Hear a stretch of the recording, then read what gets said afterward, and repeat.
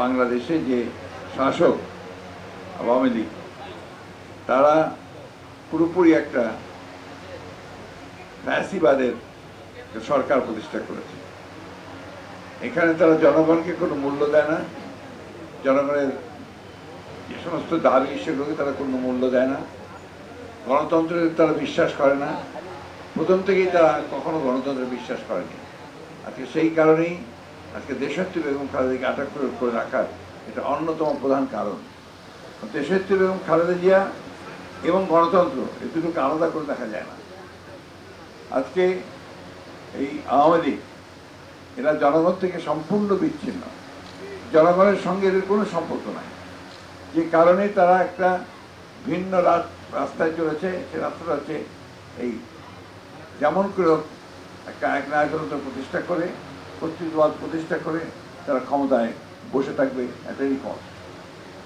আমরা জানি যে আওয়ামী লীগ যখন ইতিপূর্ব ক্ষমতায় ছিল, সেই 1971 সাল থেকে 75 সাল পর্যন্ত, তখনও তারা একজনের শাসনমতো বাকশাল প্রতিষ্ঠা করেছে।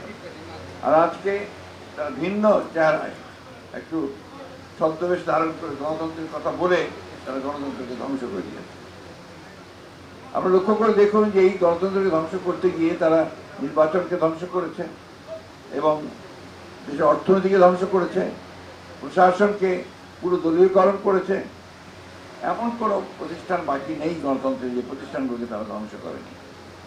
এই আওয়ামী লীগ যতদিন ক্ষমতায় থাকবে বাংলাদেশ ততই আরো দ্রুত রসাতলে যাবে। এই বিষয়গুলোকে যদি আমরা দেখি এবং হিসাব করি তাহলে আমরা দেখব যে আর একটা দিন আওয়ামী লীগের ক্ষমতায় থাকা উচিত নয়। তাই প্রিয় সহকর্মীবৃন্দ, বন্ধুগণ, আজকে কথা বেশি বলার প্রয়োজন নেই।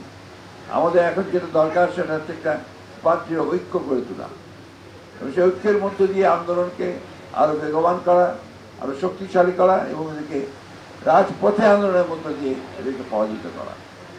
আমরা জানি যে আজকে এই সরকার ক্ষমতায় যতদিন থাকবে আমাদের স্বাধীনতা থাকবে না, আমাদের সার্বভৌমত্ব থাকবে না, আমাদের অর্থনীতি ধ্বংস হয়ে যাবে, শিক্ষা ব্যবস্থা ধ্বংস হয়ে যাবে।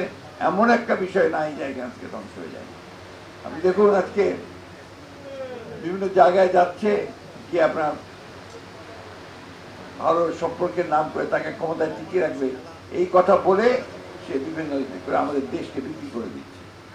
তিস্তা নদীর পানি আমরা পাই না, ফারাক্কার পানি আমরা পাই না, 154টা নদীর পানি আমাদেরকে দেওয়া হচ্ছে, অথচ তাদের কাছে এখানে স্থায়ীভাবে রেল লাইনের যোগাযোগ, কানেক্টিভিটি, অন্যান্য বিষয়গুলো সব দিয়ে দেওয়া হচ্ছে।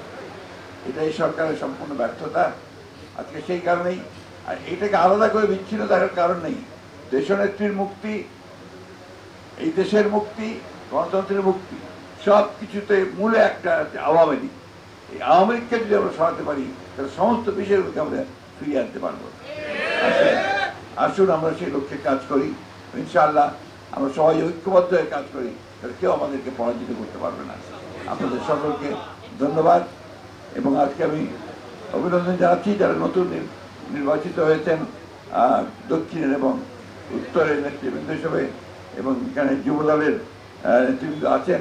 আমরা আশা করব যে তাদের নেতৃত্বে ঢাকা মহানগর আরও শক্তিশালী হয়ে উঠবে এবং এখানে আওয়ামী লীগকে পরাজিত করতে তারা সক্ষম হবে।